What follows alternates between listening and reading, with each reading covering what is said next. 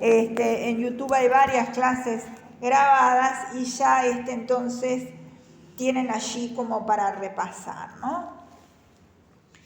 Bien. Después vamos a decir algo de la parte de la cuestión homérica, ¿no? Pero en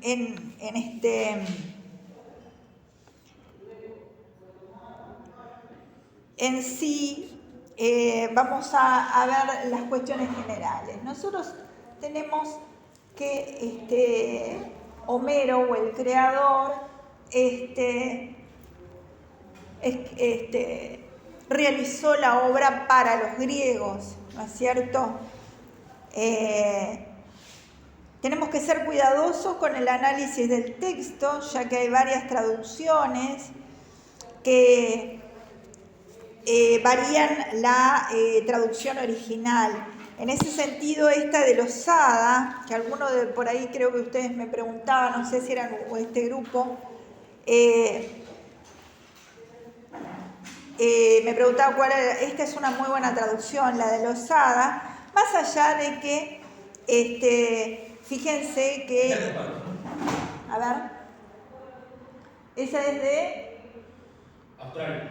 De Australia. Bueno, no la conozco, pero ahora cuando nosotros vayamos dando, ahí te vas a ir dando cuenta si está parecida a esta o no, ¿no es cierto?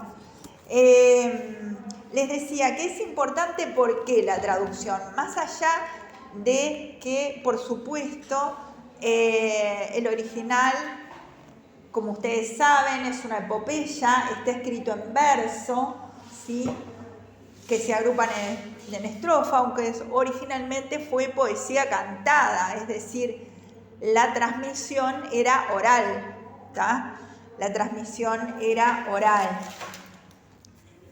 El rapsoda es el difusor, el transmisor, y el aedo es el carácter de poeta, de creador, que habla de cosas ajenas. El poeta épico busca una voz colectiva, no personal.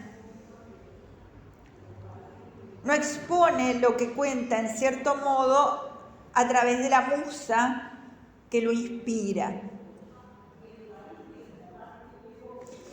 Mientras se están creando y mientras es transmitido de forma oral, la leyenda se va creando y recreando, porque hay agregados, porque hay traspolaciones, ¿sí? Entonces, mientras no está impreso, se fue recreando, no es algo como fijo como lo tenemos ahora, ¿no es cierto? Bien.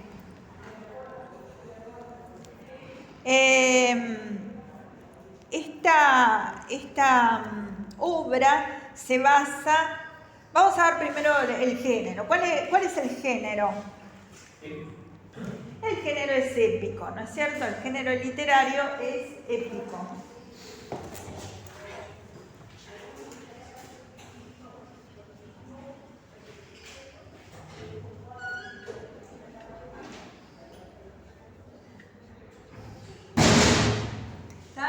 El género literario es épico. ¿Qué es el género épico? El género épico es el que está escrito en estrofas,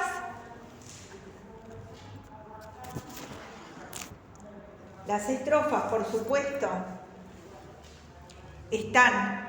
tienen una cierta rima y la rima original, por supuesto, se perdió. Pero ustedes me van a decir, pero no, yo acá lo tengo de margen a margen, que parece una narración, ¿no? Como hoy tenemos las novelas. Pero nosotros perdimos eso, pero sí tenemos el contenido. Por eso el contenido de algunos autores es más fiel a lo que es digamos, el contenido original. ¿Por qué es tan importante que sea fiel al contenido original?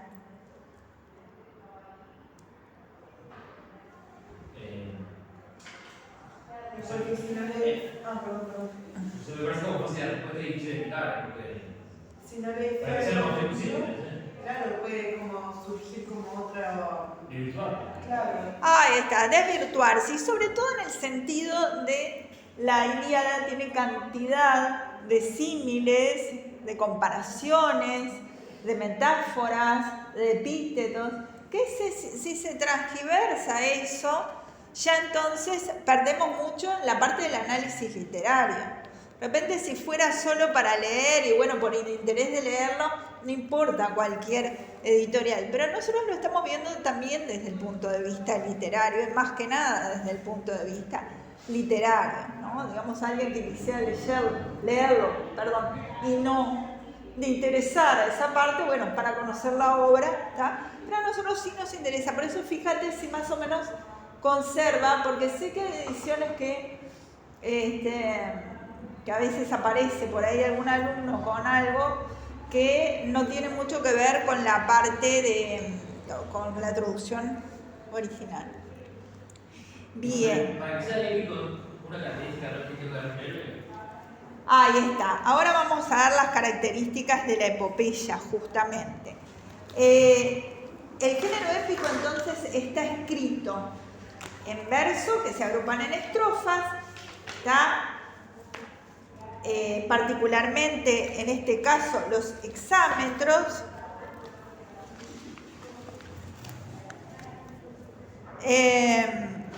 El verso de los poemas es el hexámetro.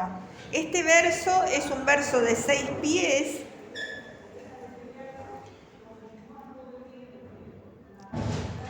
que antes entonces en vez de sílabas tenían los pies.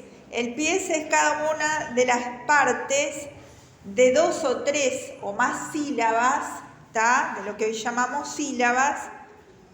No sé si quieren que vaya más lento para escribir o van bien. Entonces, el pie entonces es cada una de las partes de 2, 3 o más sílabas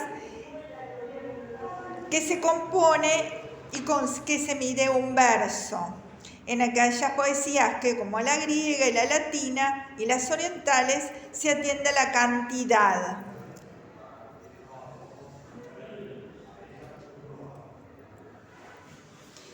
Hay varios tipos de pie, por ejemplo el jambo,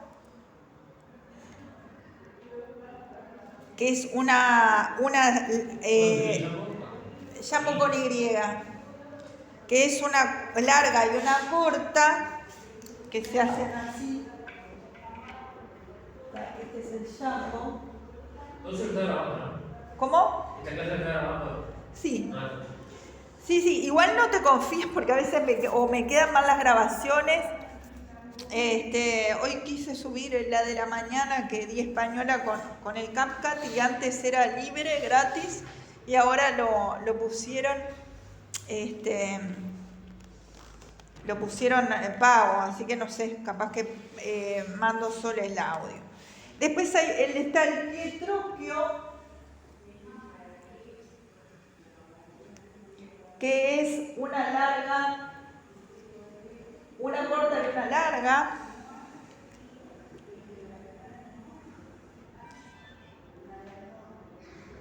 Y el espondio, que son 2 sílabas largas.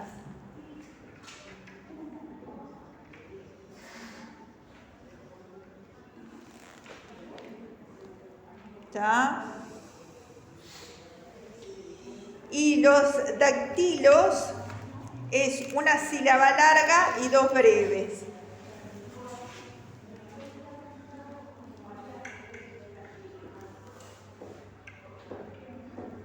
¿Está? Bien, esto para tener una idea general, ¿no es cierto? Bien, eso en cuanto a la estructura externa de la épica. Desde el punto de vista interno, de a qué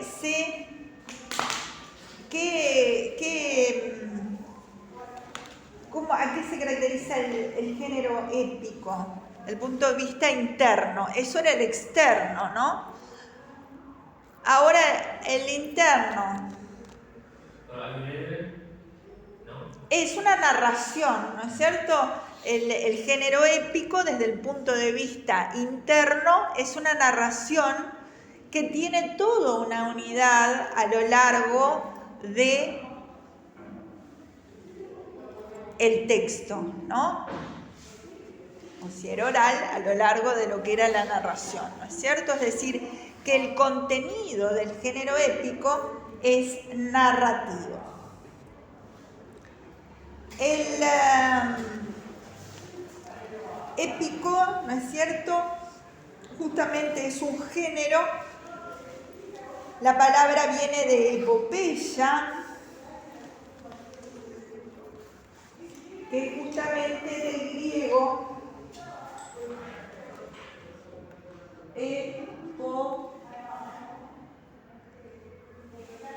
poía, doble I.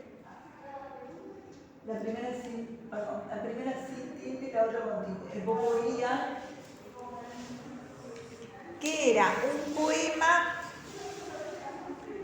que canta las gestas de un héroe.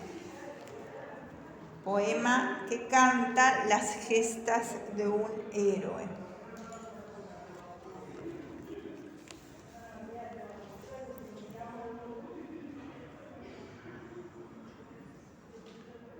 Con el nombre de epopeya se designa el conjunto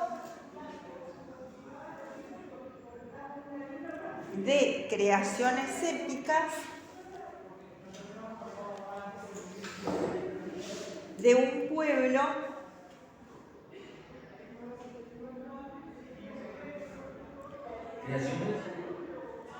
creaciones épicas de un pueblo que narran gestas y hazañas memorables para la humanidad.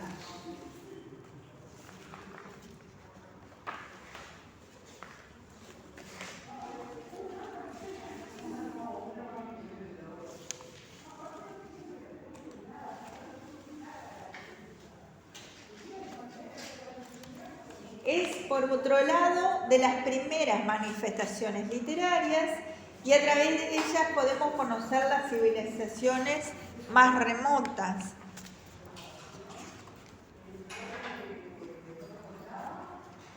Sus héroes legendarios,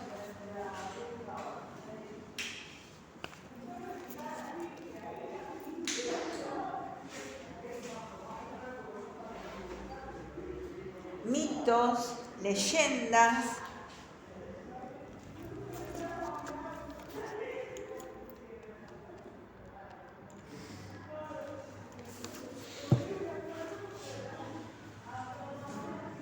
tradiciones, formas de vida,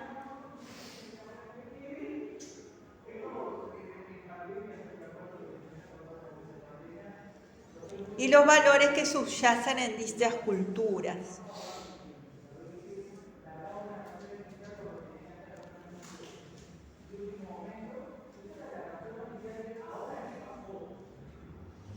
Lo esencial en la epopeya es que nace para ser cantada y transmitida oralmente.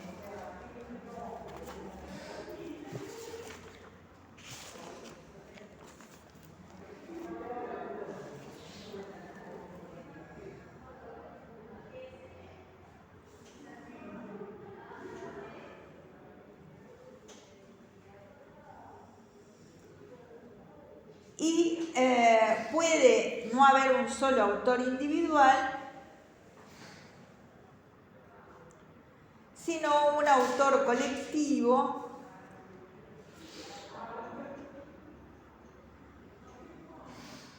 que es todo un pueblo del cual el rapsoda, es decir, el que canta, va recibiendo reacciones y modificando el canto.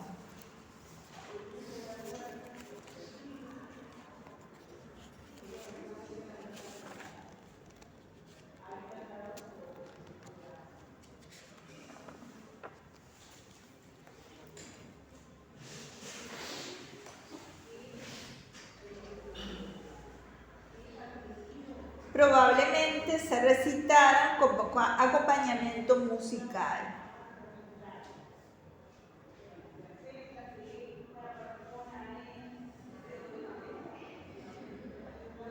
Son poemas que se remontan a la más remota antigüedad,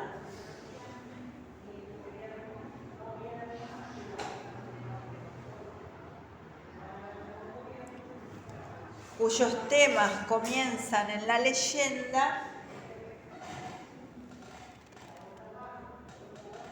y se transmiten oralmente.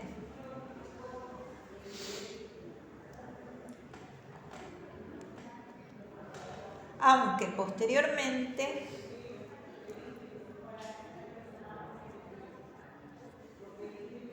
se hayan recogido por escrito.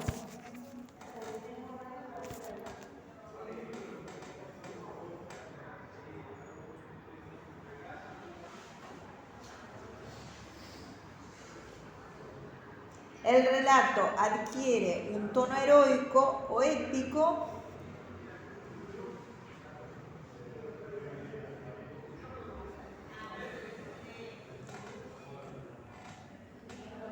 como corresponde a los héroes legendarios que tienen como protagonistas.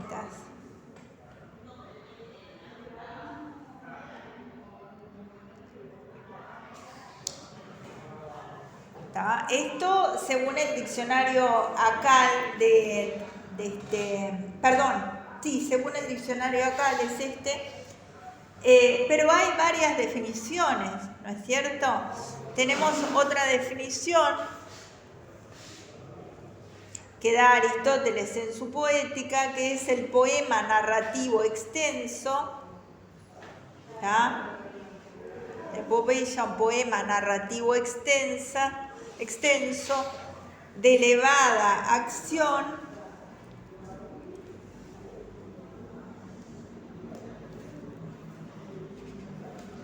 y sucesos trascendentes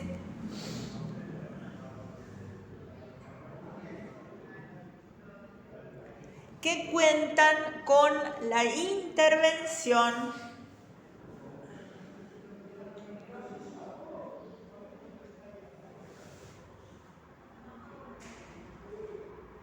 de las divinidades. En aquella época, como ustedes saben, eran politeístas. ¿Ah? Y ahí salió lo que es el héroe, una idea que vamos a trabajarlo después, pero digamos, para tener una idea del héroe, ¿qué es el héroe? ¿Quién es el héroe?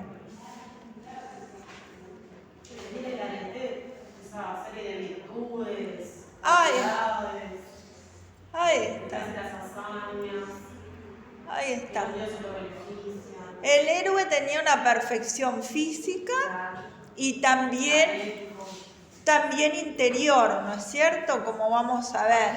Y es entonces en ese sentido, ¿por qué un héroe? Porque ahí habla del héroe protagonista, ¿tá? Que es protos primero y agón acción. ¿Tá? El protagonista es el primero en la acción.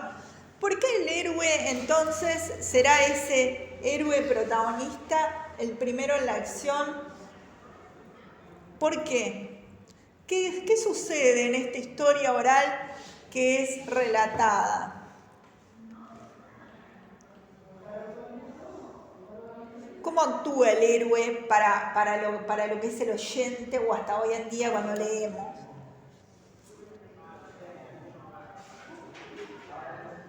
¿Qué es para el que lo oye? Si tiene un conjunto de virtudes, ¿eh? Sí, ¿y qué más? Porque se desarrolla todo. Sí. Ahí está, es un personaje y es un modelo, ¿no es cierto? Es un modelo a seguir, ¿no es cierto? Es modélico, es decir, es como un ejemplo para las generaciones venideras. ¿Ah? El héroe es un ejemplo para las generaciones venideras. ¿Ah? Es decir, incluso cuando comete errores, bueno, vamos a ver que ahí tenemos, bueno, los errores, qué errores cometió el héroe y después qué hace para subsanarlos o cómo. ¿Ah? Y cuenta con la ayuda de uno o más dioses. ¿Ah?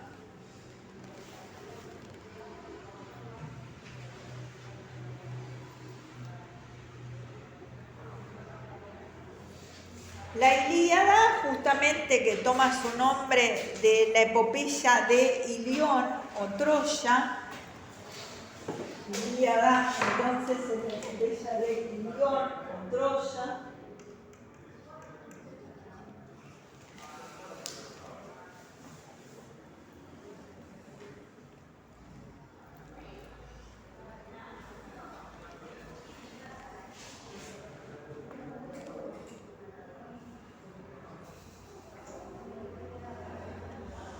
Tiene como eje central la guerra de Troya.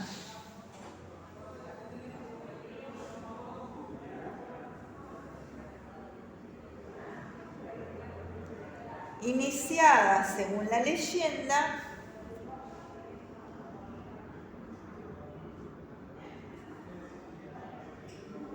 porque Paris, hijo de Príamo,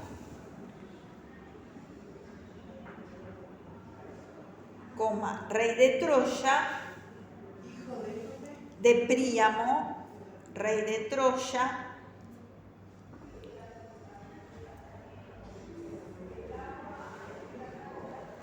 raptó a Helena, esposa de Menelao.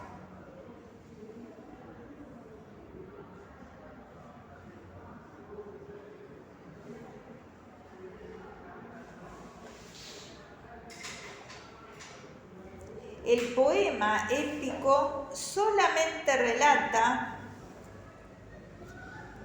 la última fase de la guerra,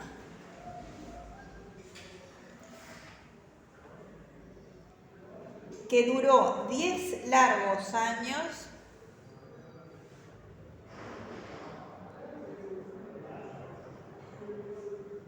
y los episodios se refieren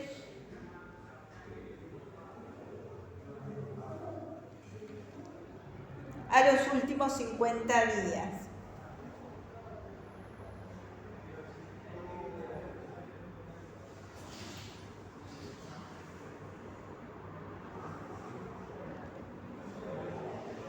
Valentía, valor, hospitalidad, inteligencia, astucia, dolor, cólera, amistad, amor, etcétera, son algunas de las claves temáticas del poema.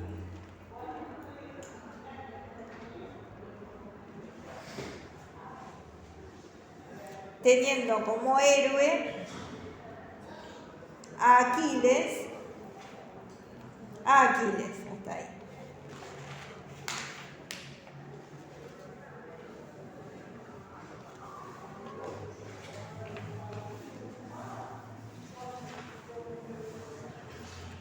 La otra obra, que es una epopeya, y vamos a decir dos palabras acerca de la otra obra de Homero, ¿cuál fue? Odisea. La Odisea, exactamente, ¿tá? Que narra las aventuras de Odiseo o Ulises, Sí, segundo. Ahí está. En su largo regreso hacia Ítaca, que era su reino.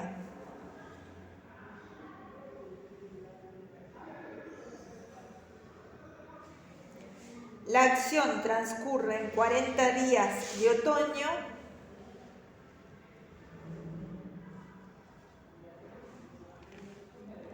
que sintetizan a su vez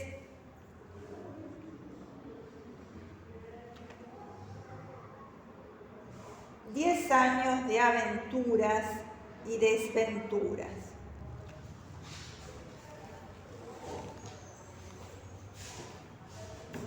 El sentimiento de nostalgia por la patria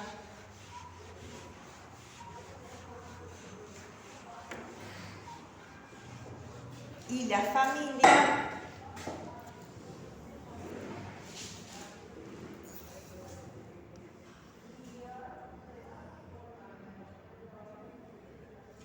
lejanas e inasequibles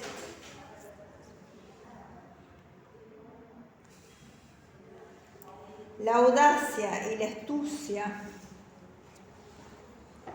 para sortear toda clase de peripecias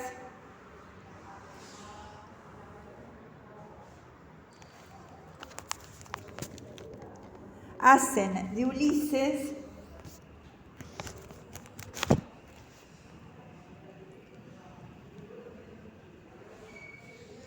un ser inconfundible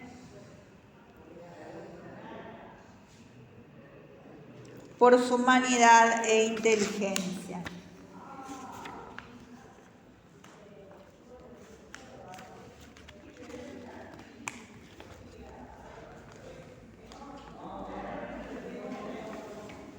Ahí entonces terminaría la parte de Odiseo y decimos 2 palabras de los dioses, aunque después vamos a hablar mucho más en extenso, pero para que les quede algo en esta introducción, los dioses griegos participaron activamente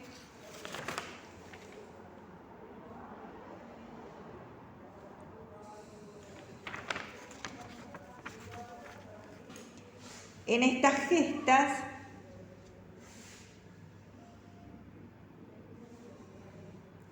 y su intervención fue decisiva en algunos momentos.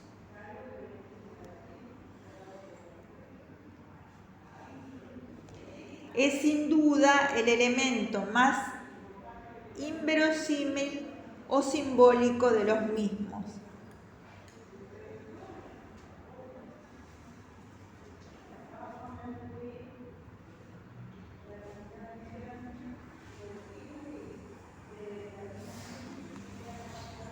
La belleza poética de estos poemas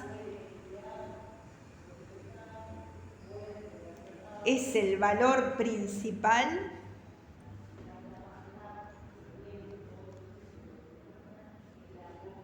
desde el punto de vista literario y su influencia en la cultura occidental desde el punto de vista literario y ¿dónde te quedaste? Te repito, la belleza, ¿sí? ¿Estás? Desde el punto de vista literario y su influencia en la cultura occidental ha sido importantísimo. El verso épico grecolatino empleado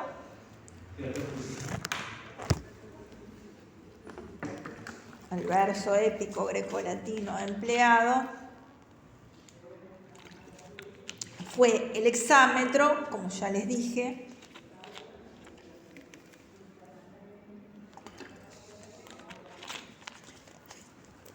y uno de los recursos más empleados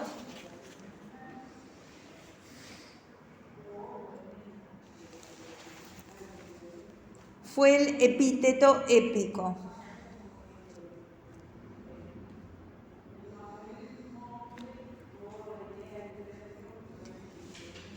que el epíteto se usaba tanto para cosas o de la naturaleza, por ejemplo, la aurora de rosáceos dedos, ¿tá? Como para héroes, ¿no? Por ejemplo, Aquiles, el de los pies ligeros.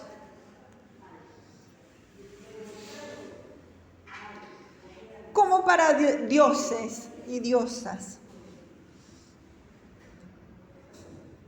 ¿Ah? Esos son algunos aspectos de la epopeya. Y ya que hablamos del epíteto y que había una pregunta relacionada con el epíteto que después vamos a extender más, pero la palabra epíteto viene del griego epíteton, que se escribe así,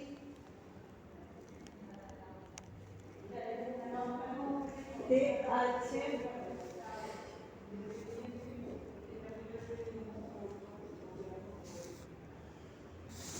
del griego, epíteton, que quiere decir sobrepuesto.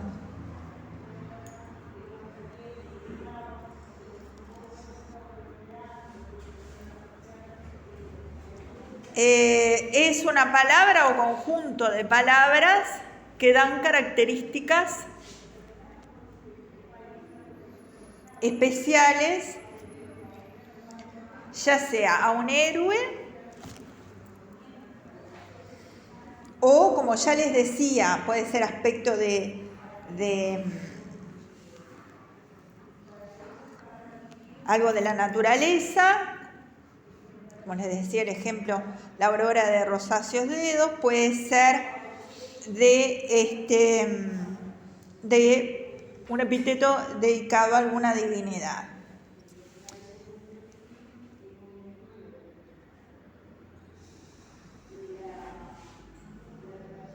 La cualidad destacada por el epíteto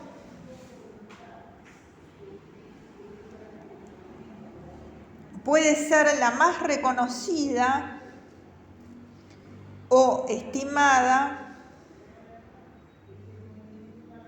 en la realidad designada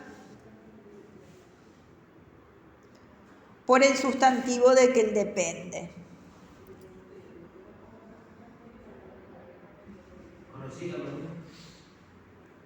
Reconocida o estimada en la realidad designada por el sustantivo del que depende. Es decir, esa palabra, ¿no?, adjetivo o conjunto de palabras que acompañan a un héroe, por ejemplo, es lo más destacado de ese héroe, ¿no es cierto? Y desde el punto de vista de lo que es la oralidad, ayuda a la parte memorística, ¿no es cierto? Y ayuda a llenar esos espacios, ¿no?, en que el rapsoda, bueno, estaba siguiendo ese hilo de narración, ¿no es cierto? Y los epítetos se repiten, ¿no? Es decir, se repiten continuamente, ¿no? Aquiles, el de los pies ligeros, y lo vamos a ver a lo largo de toda la obra, ¿tá? Hay epítetos genéricos que son, por ejemplo, divino y que se aplican a más de uno en ciertos casos.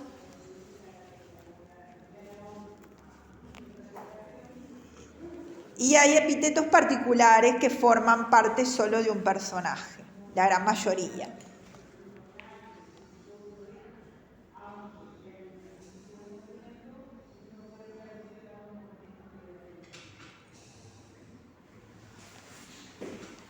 Gonzalo Sobejano distingue entre epítetos objetivos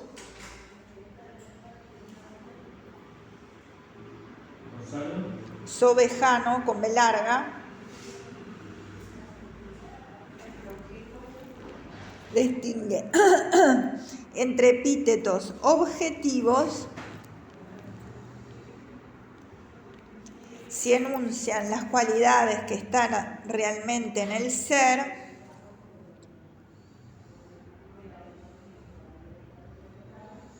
y epítetos subjetivos.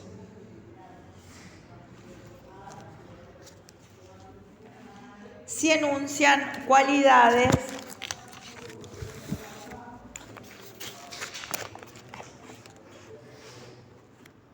que están en el ser accidentalmente, así como en la imagen representativa que el sujeto se ha formado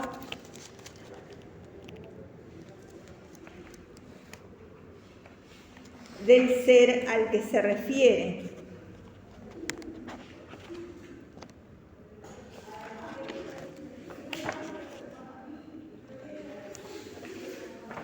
Bien. Y con esta, en parte ya contestamos parte de la obra, de la pregunta del foro que era sobre los epítetos. Y que en esta introducción, estaba buscando dónde habla de los epítetos, de la introducción que yo les di, también tiene algún elemento más, aunque maneja elementos similares a esta, pero a ver si lo encuentro, se los digo.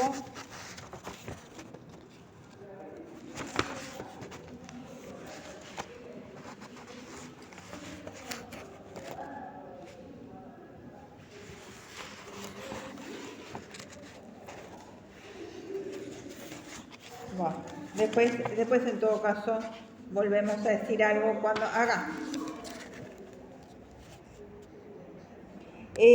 Para ya redondear esto del epíteto.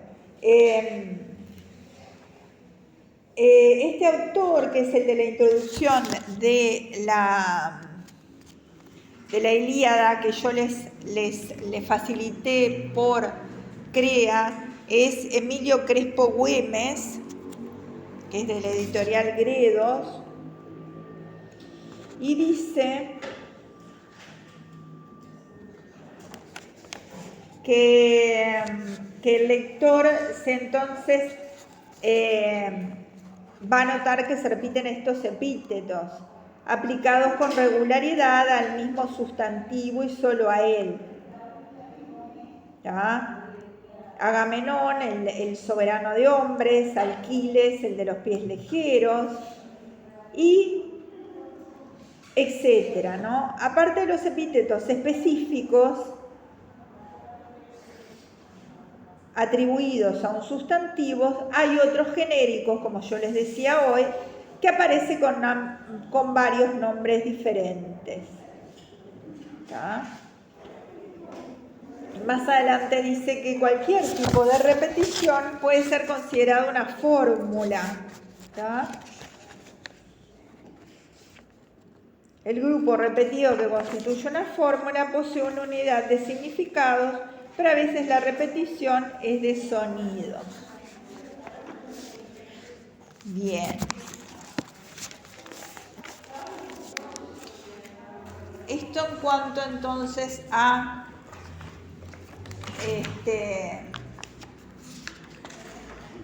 lo que es el género y esos otros aspectos.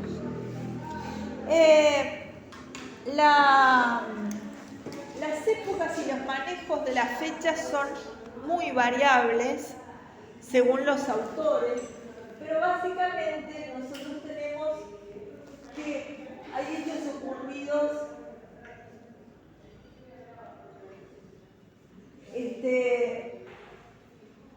se dice que la toma de Troya sería en este año alrededor del siglo XII, ¿tá?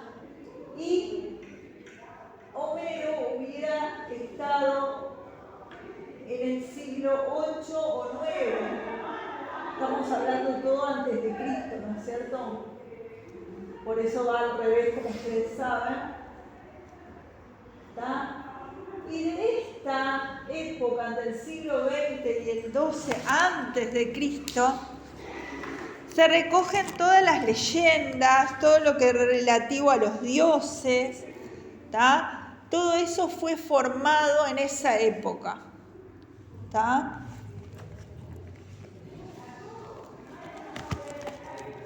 aunque según los autores se manejan fechas diferentes. ¿Tá?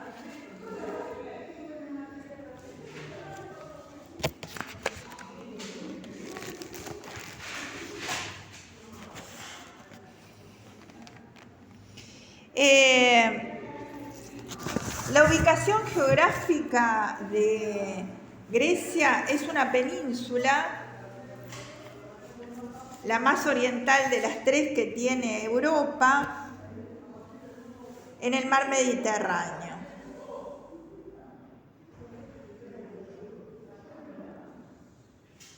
Es la de costas más recortadas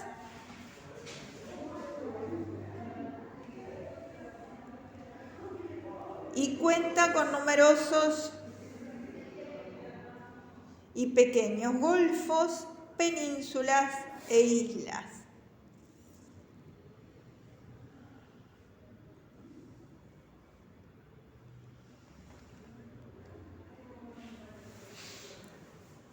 Grecia forma la extremidad meridional de la gran península de los Balcanes,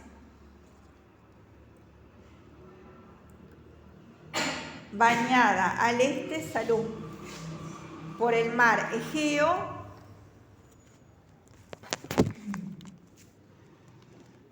al sur por el Mediterráneo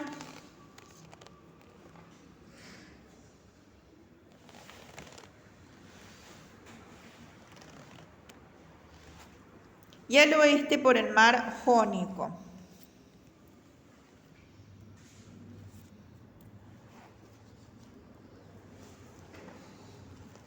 Para que ustedes se ubiquen en este mapita, que lo pueden ver en realidad hoy día muy fácil en Google Maps o lo que sea, pero esta es la península justamente griega y acá tenemos lo que es donde está Troya, la zona de Tróade, no sé si se puede ver allí, ¿está? Es decir, cómo entonces ellos van hasta Troya en esa búsqueda por Helena, que ahora vamos a decir algunos datos más de esa leyenda, ¿está? Es decir, para que tengan una idea geográfica de dónde entonces se maneja geográficamente esta historia. Bien.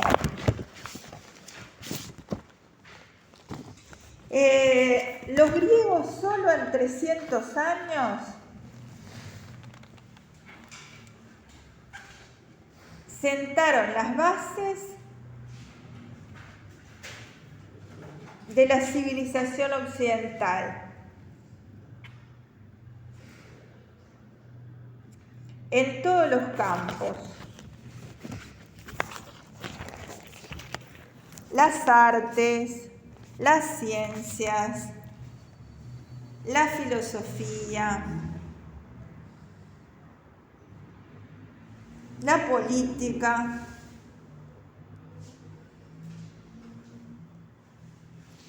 y desarrollaron algunos aspectos de la misma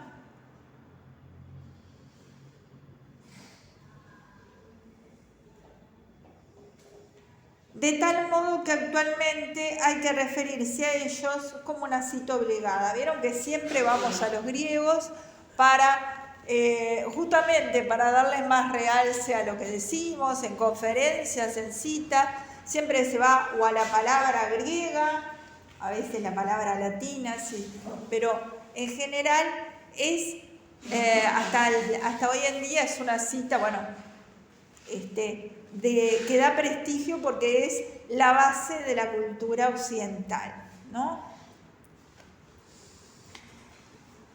Fue una raza muy completa que unió su amor por lo real, por las cosas en sí mismas, con una gran capacidad para remontarse a ideas abstractas y universales. Su ideal en todo fue el orden, la armonía, la proporción.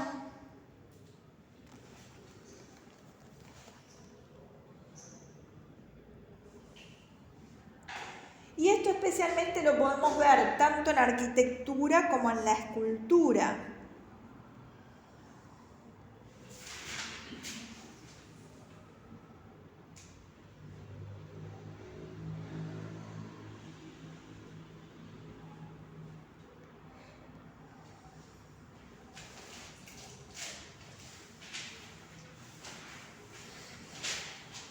Hubo tres tipos principales de griegos,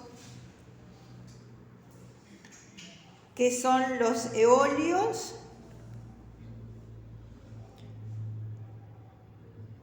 los jonios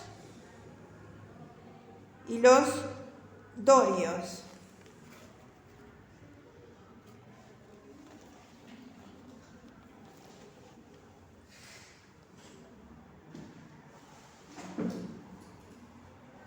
La ciudad dórica más importante fue Esparta, que formó un estado guerrero de costumbres sobrias y duras.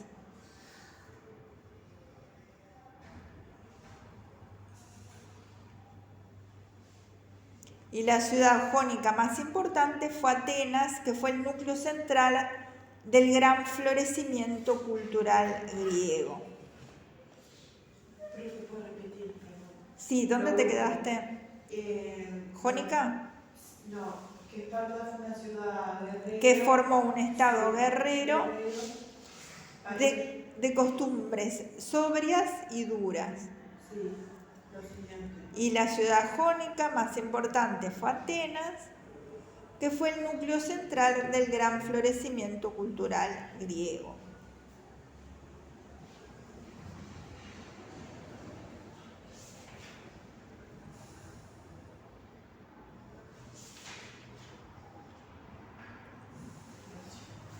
Fueron los griegos los primeros en considerar al hombre,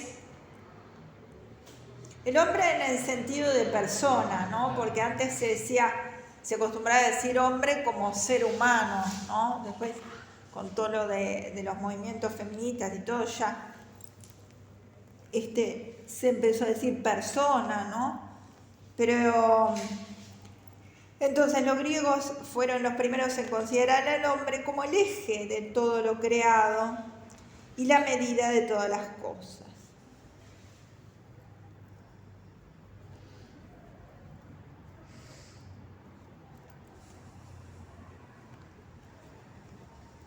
Rindieron culto al deporte y a la armonía física del cuerpo humano.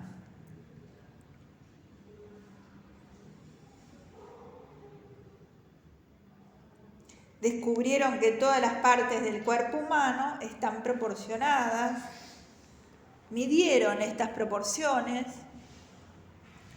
y obtuvieron un canon o modelo de belleza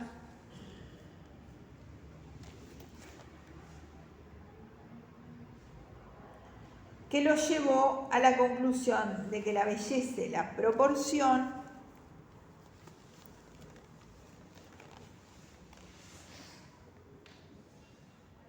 son dos elementos íntimamente ligados.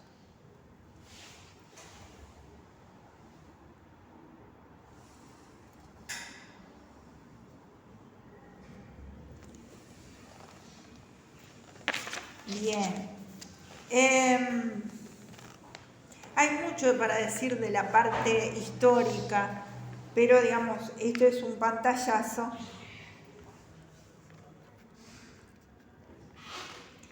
Tenemos varios periodos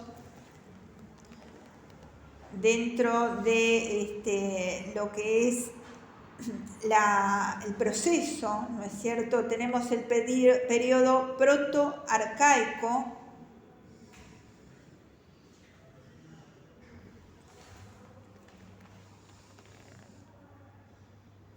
con la invasión de los dorios en el año 1100 a.C.,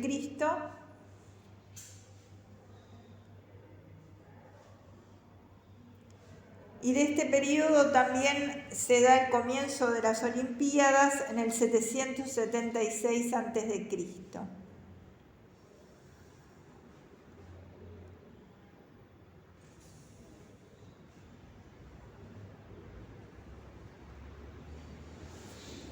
El segundo periodo es el arcaico, como están viendo, vamos de atrás para adelante, ¿no? Protoarcaico, arcaico. El primero es el protoarcaico, el segundo periodo es el arcaico, donde se produce la formación del estado de Esparta en el 510 a.C.,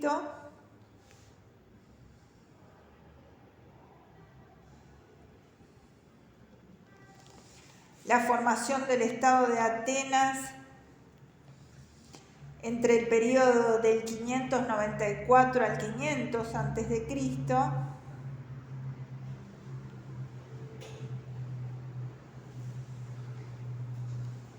la democracia ateniense y periodo de guerras médicas entre el 500 y el 479 a.C.,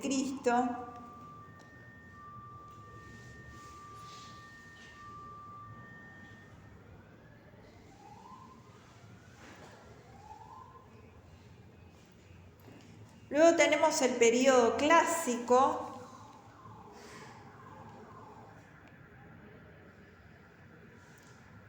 donde se destacan la hegemonía de Atenas, 479 al 464.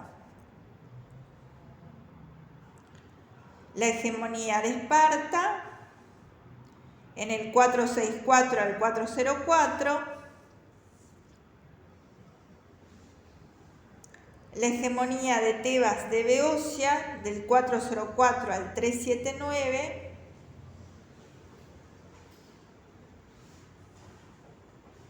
¿Cómo fue lo que dijo? Tebas de Beocia.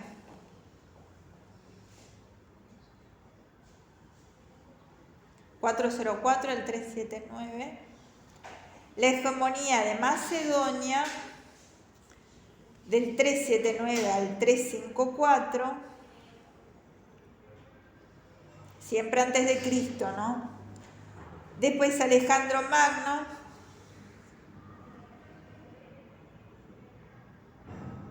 (336 al 323). Y después tenemos el periodo helenístico,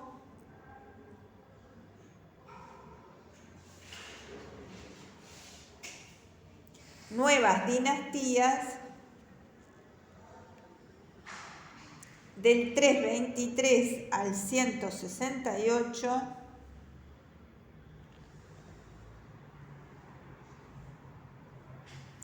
y las conquistas romanas, del 168 al 146.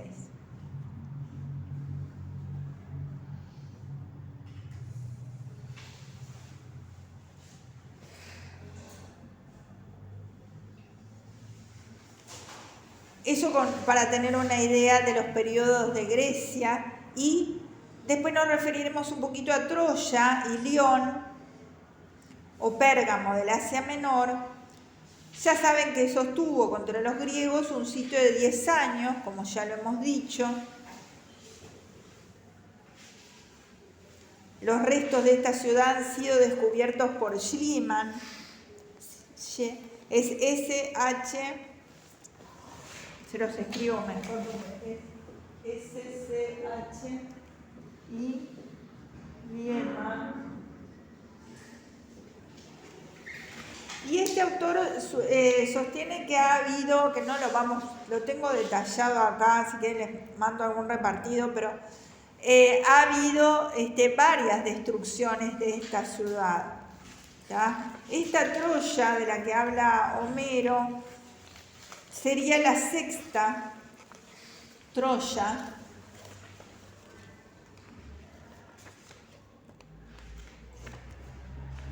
¿tá? Y este lugar hubiera sido reconstruido. ¿Tá?